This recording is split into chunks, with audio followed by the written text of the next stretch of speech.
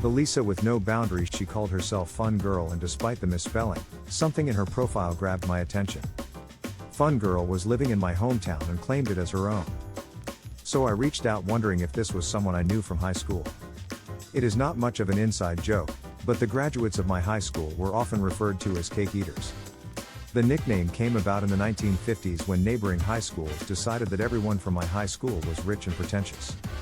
Names flew at a football game, when some girl, with a knowledge of history, shouted back, "Then let them eat cake," following Marie Antoinette's alleged response to poor Frenchmen at the time of the Revolution.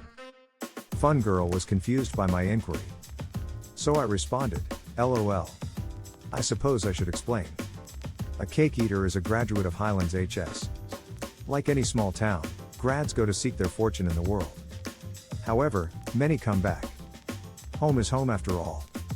So you are right, it is good place to live, smiley face emoji. Sounds like you know your bourbon. I haven't been to the Louisville distilleries. Most of my experience is downstate. However, I did discover the Boone County Distillery.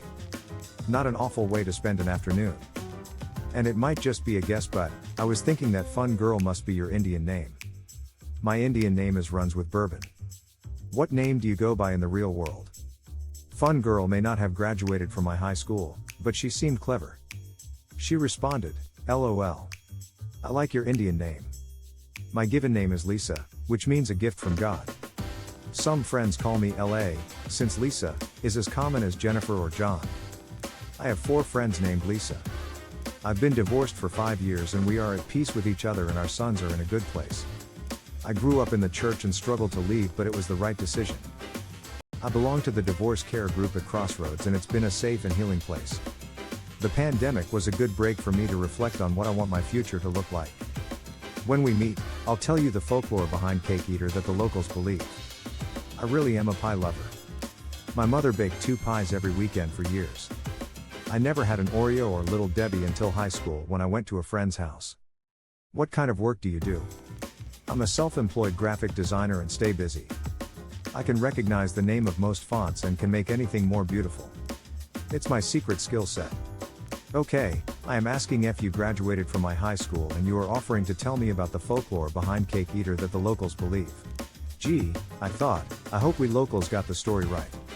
So let's run with it. I don't believe I have any friends named Lisa. I wonder what I'm doing wrong? LOL. I am a widower and spent a couple of years seeking out others of my kind. The project manager in me found that there were very few resources available and I needed to know what to expect. It is stunning how similar the experiences are. Lots of learning about yourself. And forgiveness is key. I retired a few years ago with a wide resume of investment management, business ownership and operations. I believe my favorite title, which I gave to myself, was Director of Customer Entertainment. It seems good sales usually include a good story. I take on some project work here and there, manage the men's ministry at church, and have successfully launched my children upon the world. My joy has been to attend 3 graduations in the last month, 1 high school, 1 college and 1 grad school. 1 college to go. Being self-employed can have its advantages. What part of town do you work in? And so the conversation went. More details come out. We find we have a connection and a common friend. So I asked her to lunch. Lunch didn't work and we hope to circle back the following week for something causal. The following week began with a phone call. First meetings are always difficult. However, I was proud of myself that I was able to keep it light and fun. Nothing heavy or weird. She seemed normal and well adjusted.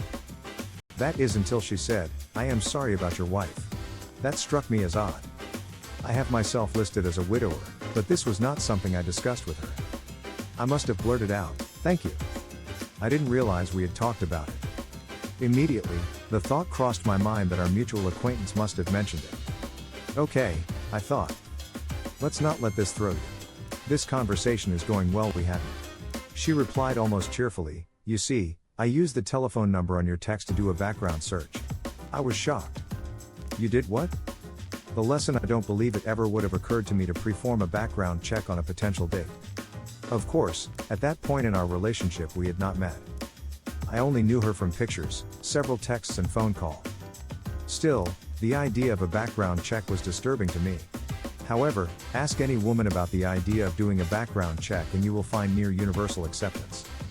Without fail, it is seen as a good idea because women have to be careful who they meet. Conversely, one article I read praised the initiative of women who performed background checks while calling men who did the same thing as cyber rapists. I suppose what is good for the goose is not always good for the gander. I find it all a bit extreme as I had only asked her to lunch. The restaurant was a casual place where we would be separated by a wood and linoleum table. Waitresses and other patrons on a busy Friday lunch would surround us. Never mind that she would drive herself and could leave at any time. So was it necessary?